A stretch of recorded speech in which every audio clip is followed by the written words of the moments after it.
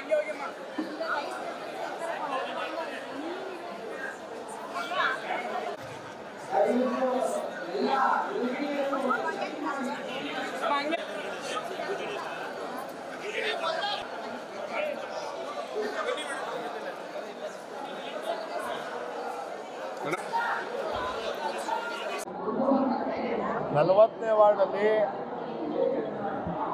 ಏನು ನಮ್ಮ ಸರ್ಕಾರ ಕೊಟ್ಟಿರುವಂಥ ಗ್ಯಾರಂಟಿಗಳನ್ನ ಮನೆ ಮನೆಗೆ ತಲುಪಿಸಬೇಕು ಅಂತ ನಿಟ್ಟಿನಲ್ಲಿ ಸನ್ಮಾನ್ಯ ಮುಖ್ಯಮಂತ್ರಿಗಳಾದಂಥ ಸಿದ್ದರಾಮಯ್ಯ ಸಾಹೇಬರು, ಉಪಮುಖ್ಯಮಂತ್ರಿಗಳಾದಂಥ ಡಿ ಕೆ ಶಿವಕುಮಾರ್ ಸಾಹೇಬರು ಇಬ್ಬರೂ ಏನು ಆದೇಶ ಹೊರಡಿಸಿದ್ದಾರೆ ಅದನ್ನ ನಾವು ಪಾಲಿಸಬೇಕು ಅಂದ್ಬಿಟ್ಟು ಇವತ್ತು 40ನೇ ವಾರ್ಡಲ್ಲಿ ಈ ಕಾರ್ಯಕ್ರಮವನ್ನು ಹಮ್ಮಿಕೊಂಡಿದ್ದೀವಿ. ಜೊತೆಗೆ ಜನಸ್ಪಂದನ ಕಾರ್ಯಕ್ರಮವನ್ನು ಹಮ್ಮಿಕೊಂಡಿದ್ದೀವಿ.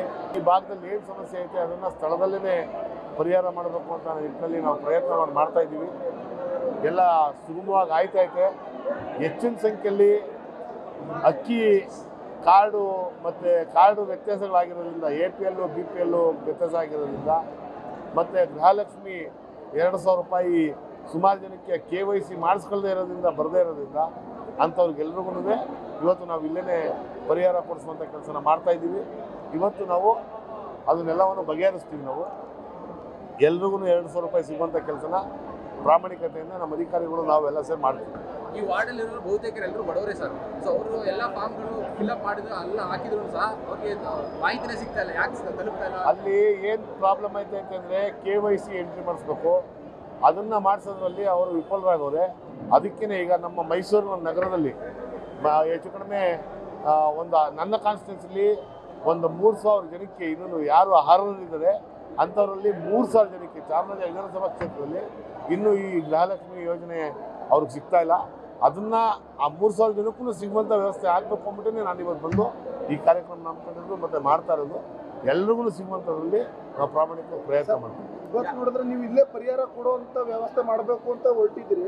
ಬಟ್ ನಿಮ್ಮ CDPO ಅಧಿಕಾರಿಗಳು ನೋಡಿದ್ರೆ ನಮ್ಮ ಕಚೇರಿಗೆ ಬನ್ನಿ ಅಂತ ಇಲ್ಲೇ ಓಪನ್ ಸ್ಟೇಟ್ಮೆಂಟೇ ಕೊಡ್ತಾ ಇದ್ದಾರೆ. ಈಗ ಶಾಸಕರ ಬಳಿಗೆ ಬಂದ್ರೂ ಪರಿಹಾರ ಸಿಗ್ಲಿಲ್ಲ, ಮತ್ತೆ ಕಚೇರಿಗೆ ಹೋಗೋಂಥ ಪ್ರಯತ್ನ ಆಗ್ತಿದೆ. ಕಚೇರಿಗೆ ಬರಬೇಕು ಅಂತ ಅಂದ್ಬಿಟ್ಟು ಯಾರು ಹೇಳ್ತಾ ಇಲ್ಲ. ಇಲ್ಲಿ ನಾನು ಈಗ ಇಲ್ಲಿದ್ದೀನಿ. ಈಗ ಸಮಸ್ಯೆಗಳನ್ನೆಲ್ಲವನ್ನು ಆಲಿಸ್ತಾ ಇದ್ದೆ. ಈಗ ನಾನು ಅಲ್ಲಿಗೆ ಹೋಗಿ ಕೂತ್ಕೊಂತೀನಿ. ಗೃಹಲಕ್ಷ್ಮಿ ಯೋಜನೆ ಯಾರ್ಯಾರು ಫಲಾನುಭವಿಗಳವ್ರೆ ಅವ್ರಿಗೆ ಯಾರ್ಯಾರು ತೊಂದರೆ ಆಗೈತೆ ಅಲ್ಲೇ ಹೋಗಿ ಕೂತ್ಕೊಂಡು ಅಧಿಕಾರಿಗಳನ್ನ ಇಲ್ಲೇ ಕರೆಸಿ ಇಲ್ಲೇ ಬಗೆಹರಿಸುವಂಥ ಕೆಲಸನ ಮಾಡ್ತೀನಿ. ಗೃಹಲಕ್ಷ್ಮಿ ಯೋಜನೆ ಸಾಕಷ್ಟು ಸಮಸ್ಯೆ ಆಗಿದೆ ಅಂತ ನೀವು ಹೇಳ್ತಿದ್ದೀರಿ. ಬಟ್ ಅದನ್ನ ಬಗೆಹರಿಸುವಂತ ಹಿರಿಯ ಅಧಿಕಾರಿಗಳು ಯಾರೂ ಬಂದಿಲ್ಲ. ಇಲ್ಲಿ ಬಂದಿರೋ CDPO ಅಧಿಕಾರಿನೂ ಬಂದಿಲ್ಲ. ಕಮಿಷನರ್ ಬಂದ್ರು ತಳಮಟ್ಟದ ಅಧಿಕಾರಿಗಳು, ಸಂಬಂಧಪಟ್ಟ ಅಧಿಕಾರಿಗಳೆಲ್ಲ ಶಾಸಕರ ಸಭೆಗೂ ಬರಲ್ವಾ ಹೇಗೆ ಅಂತ? CDPO ಅವರು ಕೋರ್ಟಲ್ಲಿ ಕೇಸ್ ಇರೋದ್ರಿಂದ ಅವ್ರನ್ನ ಸೂಪರ್ವೈಸರ್ನ ಕಳಿಸ್ಕೊಟ್ಟಿದ್ದಾರೆ. CDPO ಅವ್ರನ್ನು ಬರ್ತಾ ಇದ್ದಾರೆ. ಮಧುಸೂದನ್ಗೆ ನನಗೆ ಫೋನ್ ಮಾಡಿದ್ದೆ, ಸರ್ ನಾನು ಕೋರ್ಟಲ್ಲಿ ಇದ್ದೀನಿ, ಇನ್ನು ಅರ್ಧ ಗಂಟೆ ನಾನು ಬರ್ತೀನಿ ನಾನು ಅಂತ ಹೇಳಿದರೆ ಬರ್ತಾವ್ರೆ. ಅವ್ರನ್ನು ಇಲ್ಲಿ ಕರೆಸಿಸಿ ಅದನ್ನೆಲ್ಲವನ್ನು ಬಗೆಹರಿಸುವಂಥ ಕೆಲಸನ ಪ್ರಾಮಾಣಿಕವಾಗಿ ಮಾಡ್ತೀನಿ ನಾನು.